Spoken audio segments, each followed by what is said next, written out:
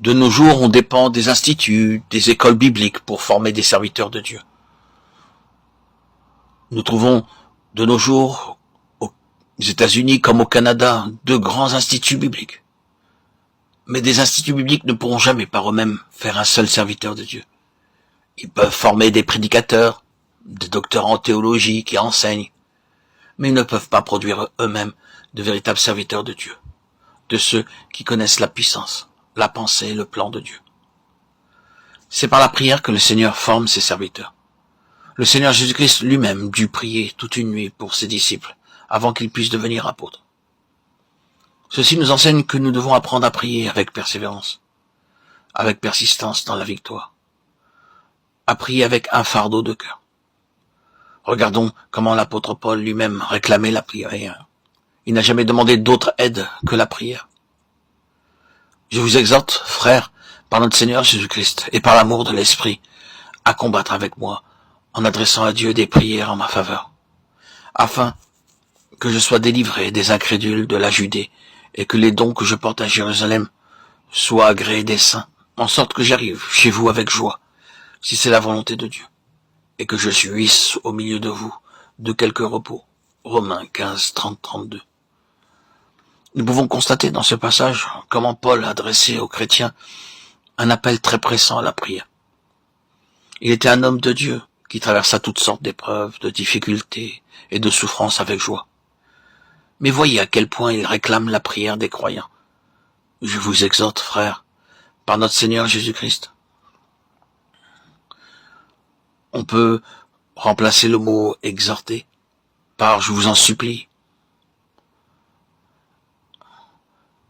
Ce mot supplication est un mot extrêmement fort.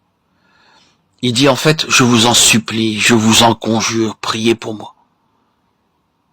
Paul fait un appel pressant comme celui d'un homme en train de se noyer. C'est vraiment comme la supplication d'un homme sur le point de se noyer. Et il crie « Oh, ayez pitié de moi, venez à mon secours ». C'est cela qu'il exprime. Il est un homme de Dieu, rempli du Saint-Esprit.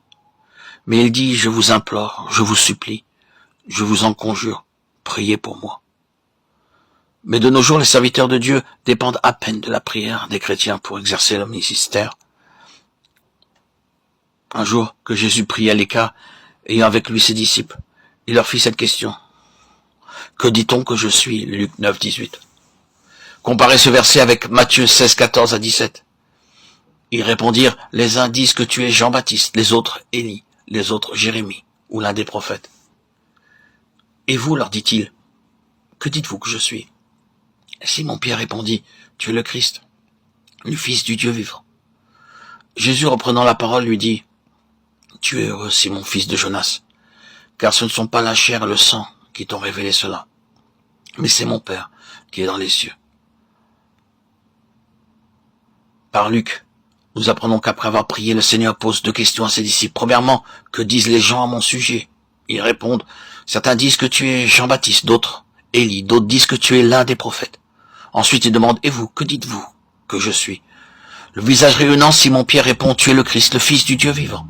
Le Seigneur lui dit alors, Simon, ce ne sont pas la chair et le sang qui t'ont révélé cela, mais c'est mon Père qui est dans les cieux. J'ai prié pour toi, afin que la lumière de Dieu pénètre en toi et te révèle, te fasse voir que je suis qui je suis vraiment.